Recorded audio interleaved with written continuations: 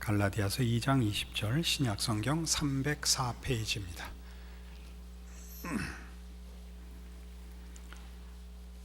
내가 그리스도와 함께 십자가에 못 박혔나니 그런즉 이제는 내가 산 것이 아니요 오직 내 안에 그리스도께서 사신 것이라. 이제 내가 육체 가운데 사는 것은 나를 사랑하사 나를 위하여 자기 몸을 버리신 하나님의 아들을 믿는 믿음 안에서 사는 것이라. 우린 여태껏 구원에 관한 설명에서 칭의가 전적으로 은혜였듯이 성화도 전적으로 은혜라는 사실을 그리스도와의 연합이라는 성경의 그 설명을 근거로 하여 확인했습니다.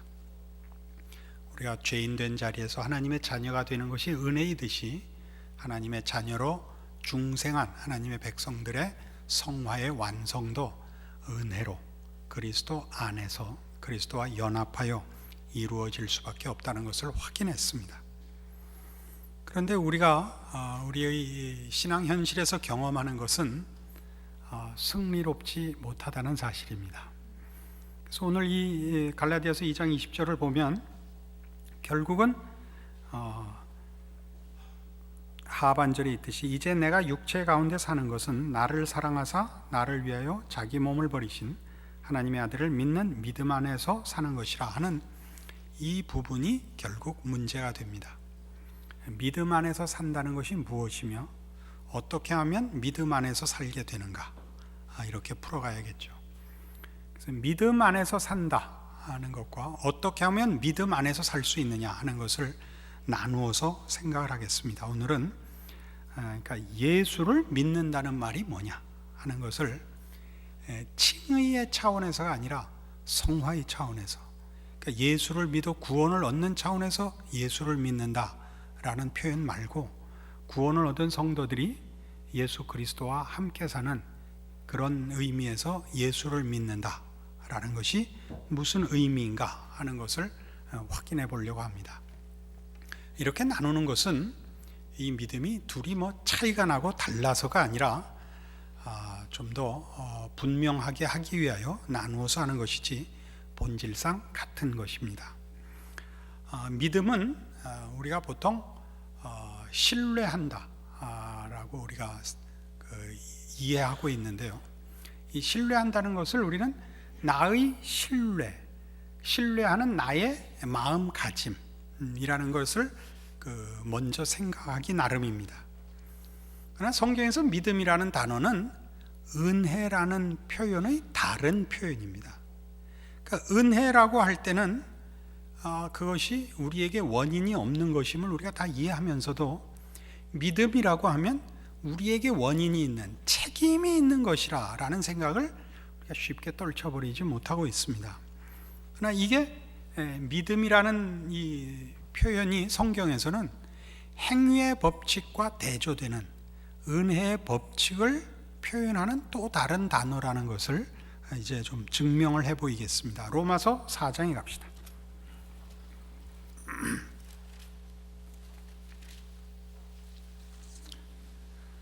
로마서 4장 13절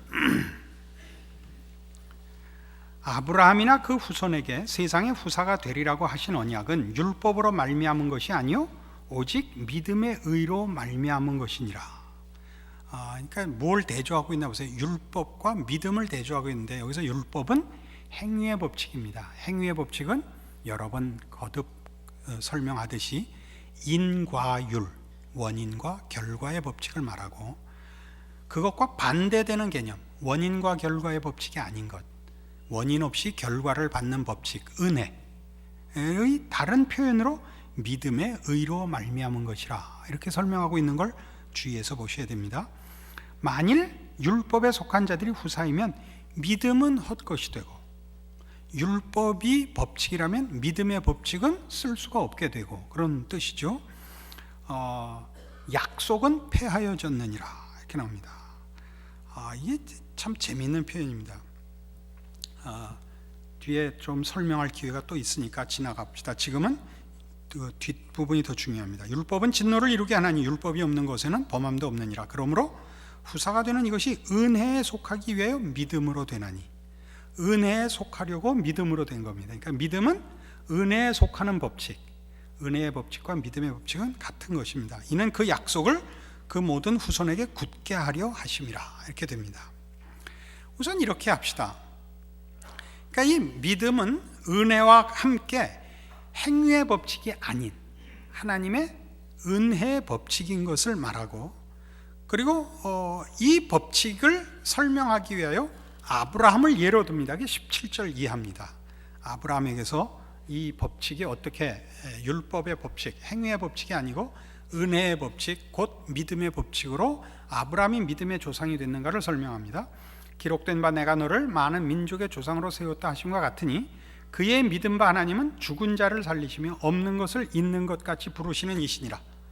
그러니까 아브라함을 믿음의 조상으로 세웠다는 것은 아브라함에게서 믿음의 어떤 모델을 본 것인데, 그건 믿음의 모범이 될 만한 어떤 근거를 아브라함에게서 봤다는 것이 아니라 하나님에게서 믿음의 모델이 드러난 그 대표적, 그 첫 번째 말하자면 수혜자, 대표적으로 대표성을 가진 첫 번째 수혜자가 아브라함이란 뜻입니다. 왜 그렇게 얘기하죠? 그의 믿음 바 하나님은, 아브라함이 믿은 하나님은 죽은 자를 살리시며, 우린 죽음에서 생명으로 나올 수는 없습니다. 그렇죠? 죽은 자를 살리시며, 하나님만 이렇게 하는 거죠. 없는 것을 있는 것 같이 부르시는, 무에서 유를 창조하시는, 그러니까 원인 없이 결과를 만드시는 하나님의 법칙에 의하여 아브라함은 믿음의 조상이 됐다는 거죠. 그러니까 아브라함을 볼 때 아브라함에게서 믿음의 원인을 찾으려고 하지 마시고 아브라함에게서는 없고 하나님에게서 원인이 있었다는 걸 보라는 거죠. 그래서 18절, 아브라함이 바랄 수 없는 중에 바라고 믿었으니 이는 네 후손이 이같으리라고 하신 말씀대로 많은 민족의 조상이 되게 하려 하심을 인함이라. 아브라함이 바랄 수 없는 중에 뭘 바랐냐면 많은 민족의 조상이 되리라. 아브라함이라는 이름이 그렇죠. 많은 민족의 조상입니다. 정말 많은 수의 아버지가 되는데, 바랄 수 없는 중에라는 것은 19절, 그가 100세나 되어 자기 몸에 죽은 것 같은 거 사라의 태에 죽은 것 같음을 알거든. 그러니까 아브라함도 생산하지 못할 나이가 됐고 사라도 생산하지 못할 나이에 그가 많은 민족의 조상이 돼야 됐다고요.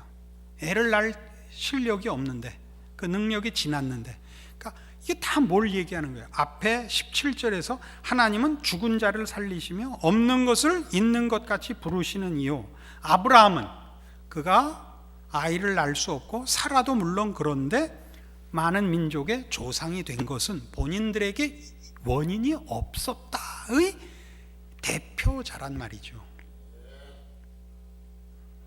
이런 설명을 하면 어리벙벙해요. 우리는 원인 결과의 법칙을 벗어나면 어쩔 줄을 몰라요. 그러면 어떻게 해야 되는가? 길을 잃은 것 같으죠. 그러면 이런 걸 가지고 아브라함이 하나님을 믿었다는 것을 결국 하나님만이 이유고 원인이고 결과를 만들어내시는 분이라는 것인데, 그러면 믿는다는 것은 아브라함이 하나님이 그런 분임을 알았다는 뜻이죠. 말하자면, 그러면 아는 것이 믿는 것인가? 그렇지 않습니다. 아는 것은 힘입니다. 그러나 아는 것이 곧 믿는 것인가? 그렇게 간단하지 않습니다. 지식이 그럼 원인인가? 지식이 원인인가? 그러면 천국에는 머리큐가 높아야만 가는가? 우리 교회도 앞으로는 새신자 등록받을 때 간단한 IQ 테스트를 해야 되는가? 그런 얘기는 아닙니다. 물론 여기서 하나님을 아는 것은, 말하자면 아브라함이 하나님이 어떤 분인지 알았다는 것은 그가 하나님이 어떤 분인가를 연구하고 찾아가서 알았다는 뜻이 아니라 하나님이 어떤 분인가를 아브라함에게 나타내셔서 알게 됐다는 뜻입니다. 하나님이 당신을 우리에게 보이신 것입니다. 우리 아까, 그래서 제가 이거 잠깐 지나갔는데 로마서 4장 14절로 다시 돌아가 보세요. 믿음을 설명할 때 약속을 언급하면서 뭐라 그러냐 하면 만일 율법에 속한 자들이 후사이면 믿음은 헛것이 되고 약속은 폐하여졌느니라 그럽니다. 여기서 약속이 왜 율법의 법칙, 행위의 법칙으로 하면 약속이 무효가 되고 믿음으로 가야만 약속이 힘을 쓰는가? 약속이라는 건 하나님의 약속이거든요. 하나님의 약속은 뭐냐? 내가 그렇게 하겠다고 정했기 때문에 될 수밖에 없다예요. 하나님의 약속은 하나님이 의도하시면, 하나님이 목적하시면 되실 수밖에 없어요. 그죠? 만일 이게 행위의 법칙이라면 네가 내 말을 들으면 살려주고 네가 내 말을 듣지 않으면 벌 주겠다고 약속이 되어 있는 거라면 이 약속은 어떻게 될지 모르잖아요. 상대방인 우리의 순종에 의해서는 성립이 되고 불순종에 의해서는 실패가 될 수도 있잖아요. 그럼 이 약속은 믿을 만한 약속이 못 되죠. 하나님의 약속의 진실성은 어디에 있느냐 하면 원인이 당신에게만 있기 때문에, 우리에게 원인을 요구하지 않기 때문에. 왜요? 믿음의 법칙이니까. 은혜의 법칙. 하나님이 당신에게서 이유와 원인을 가지는, 왜 이유와 원인을 가지셨죠? 우리를 사랑하시니까.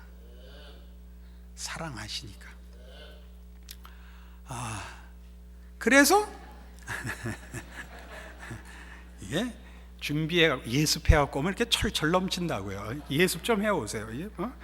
그냥 맹해갖고 오셔갖고 그냥 저한테 오늘 목사님 성령 충만해서 설교 잘하게 해주십시오 이렇게 넘기면 안 돼요. 충만하게 준비해 오세요.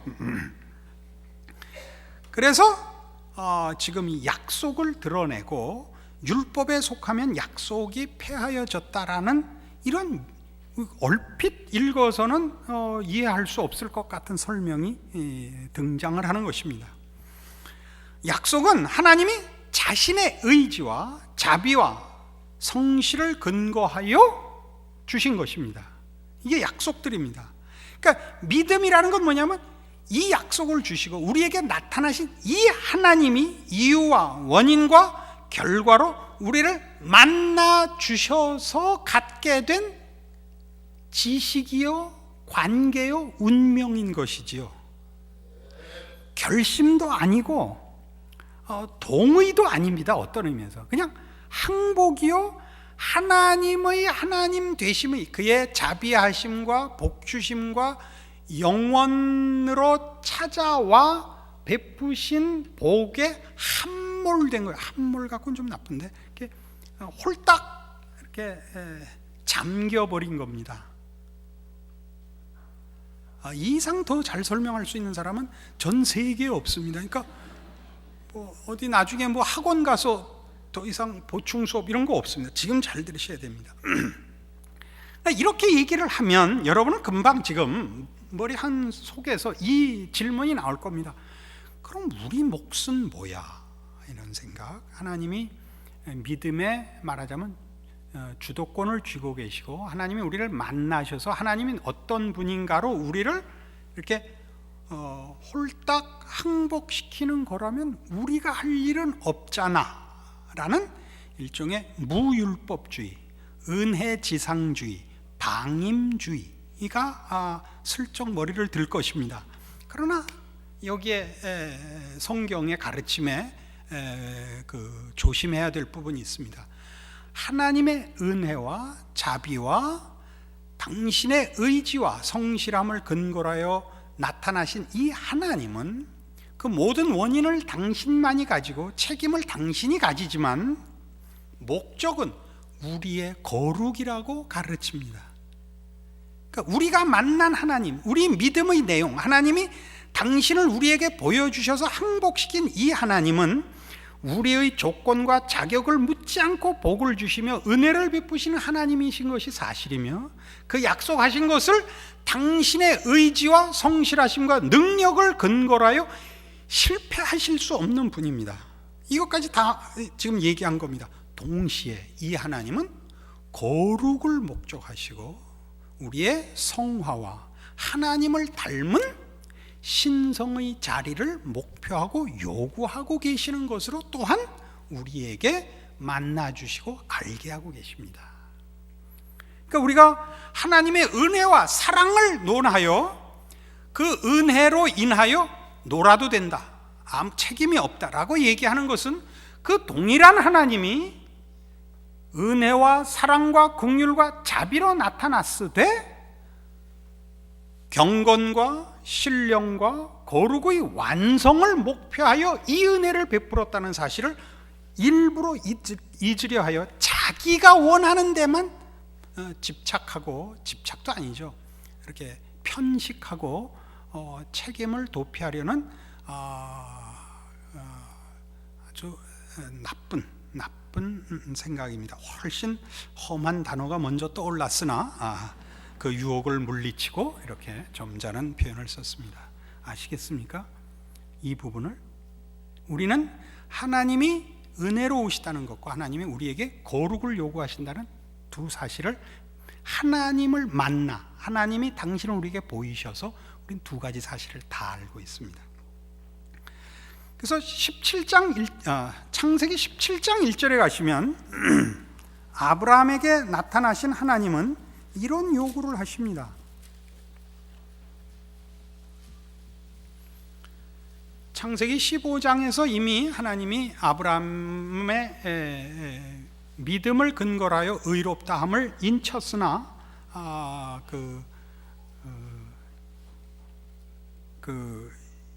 이스마엘 사건을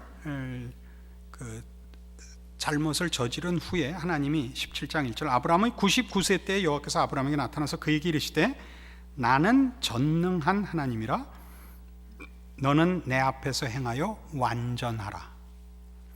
은혜의 약속을 했으나 그 목표와 내용과 요구는 여호와 앞에서의 완전을 요구하고 있다는 것을 분명하게 가르치고 있습니다. 그러니까 우리의 믿음은 하나님이 유일한 원인으로서 은혜롭다 하는 것과 이 은혜가 우리를 거룩으로 목적하고 있다는 걸 절대 놓쳐서는 안 됩니다.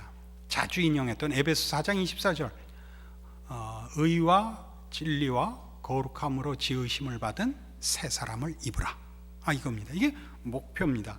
이것을 하나님이 은혜로 주셨습니다. 은혜로 주셨다는 것은 당신이 이유가 되고 원인이 되어 이 일을 우리에게 시작하셨고 이루실 것입니다. 이루어야 할 것이 우리의 거룩이요, 이 거룩을 이루기 위해서는 그의 은혜와 그의 자비와 사랑이 우리를 매질하는 경우도 당연히 있을 것입니다.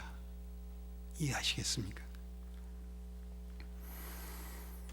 이 하나님의 원인과 목표, 그의 은혜로우심과 거룩을 목표하시는 이 하나님의 원인과 목표가 그리스도 안에서 그 실체를 드러내어 약속을 가능케 하였다라고 신약이 증언을 합니다. 대표적인 성경 구절 에베소서 1장을 봅시다.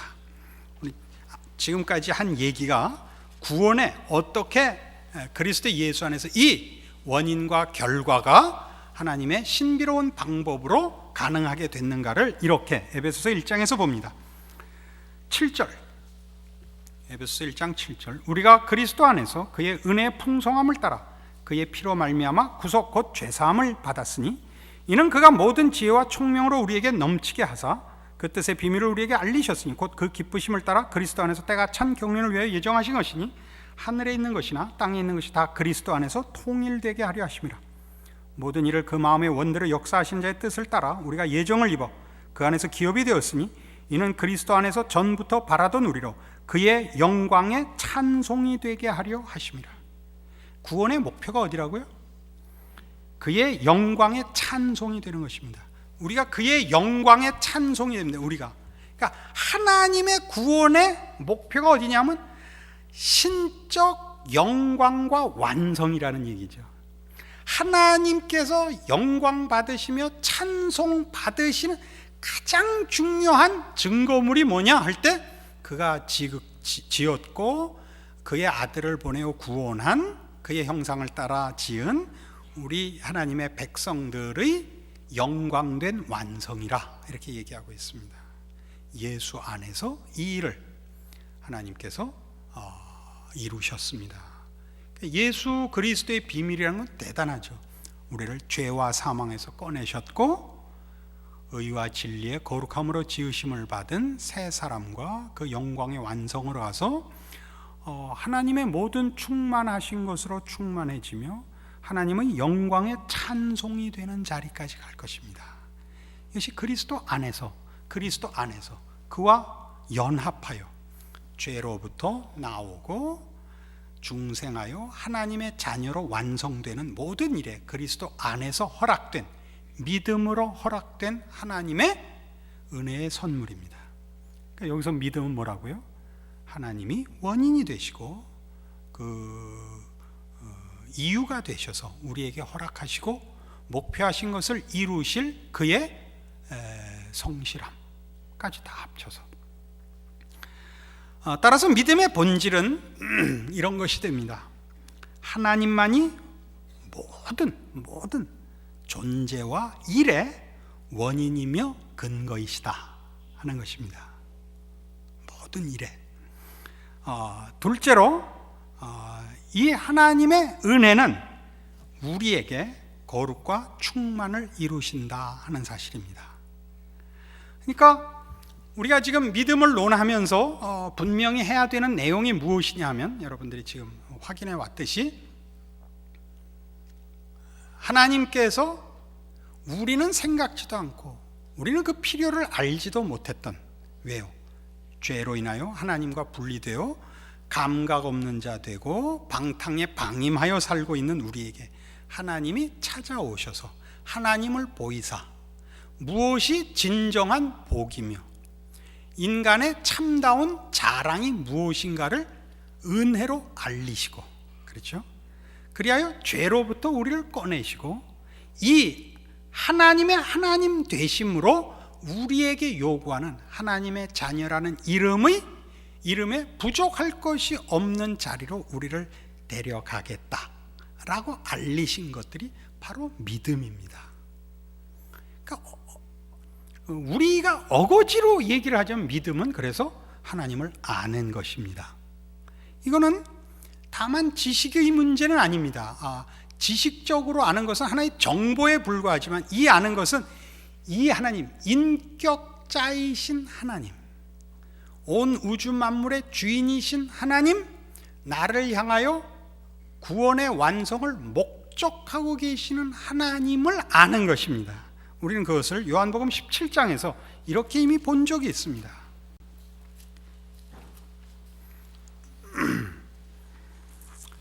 요한복음 17장 2절, 아버지께서 아들에게 주신 모든 자에게 영생을 주게 하시려고 만민을 다스리는 권세를 아들에게 주셨음이로소이다. 영생은 곧 유일하신 참 하나님과 그의 보내신 자 예수 그리스도를 아는 것이니이다.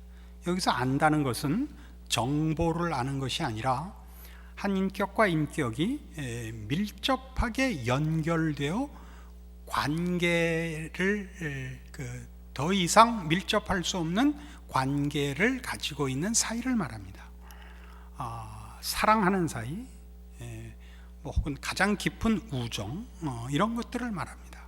그러니까 믿음은 어디서 생기느냐 할 때 하나님이 아버지신 걸 아는 겁니다.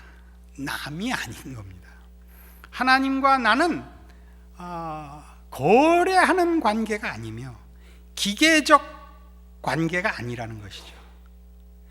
규칙과 거래의 대상이 아니고 서로의 관계가 우리를 놓지 아니하시는, 우리 세상에서도 우리가 경험하는 바와 같이 우리의 말하자면 혈육이신, 우리의 이해를 돕자면 하나님과 우리는 혈육은 아닙니다. 그러나 더 가까운, 우리를 지으신 분이시되 우리의 아버지가 되기로 하신 하나님과 그의 형상을 입은 자로서 사랑을 입는 자녀로서의 관계입니다.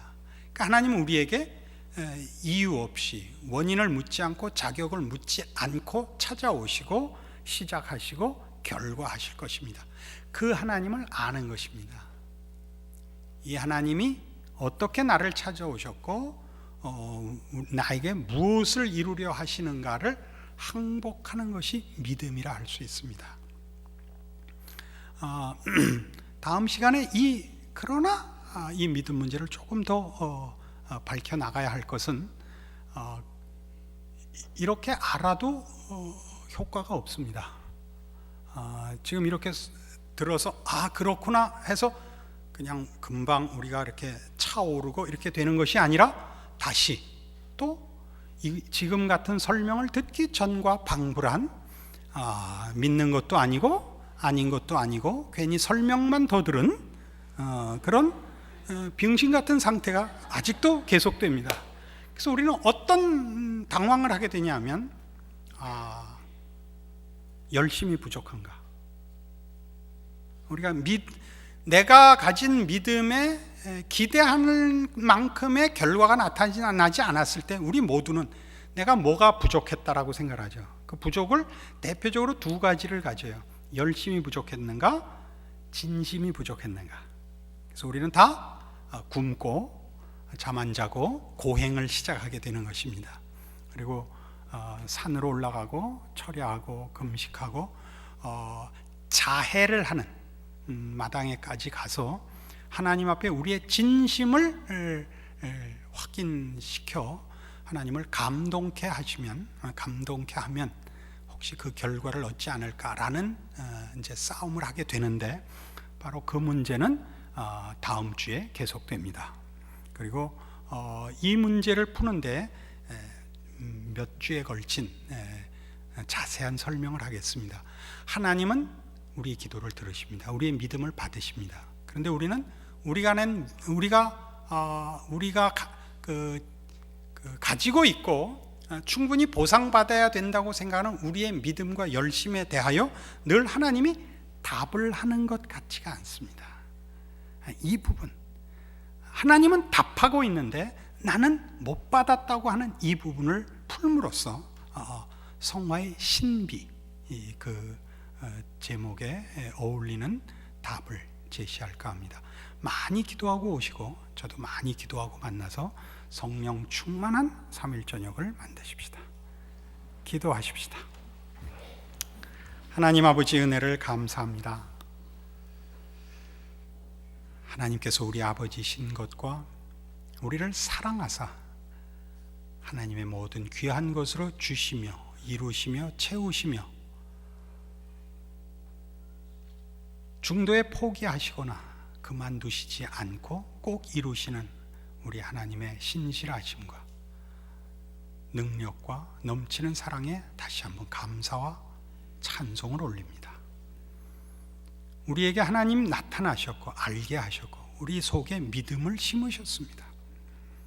오늘날 우리가 이 믿음을 어떻게 쓰는 것인지, 어떻게 그 믿음의 결과를 얻는 것인지 모르는 것에 대하여 하나님 더 많이 기도하게 하시고 하나님 더 많이 조명하사 주의 말씀을 밝히시고 알게 하시고 모두로 하나님의 인도하심과 변함없으심과 우리가 찾기 전에 먼저 찾아와 이미 허락한 복들을 확인하는 복들을, 기적들을, 감격들을 이 시간들에게 허락하여 주시옵소서.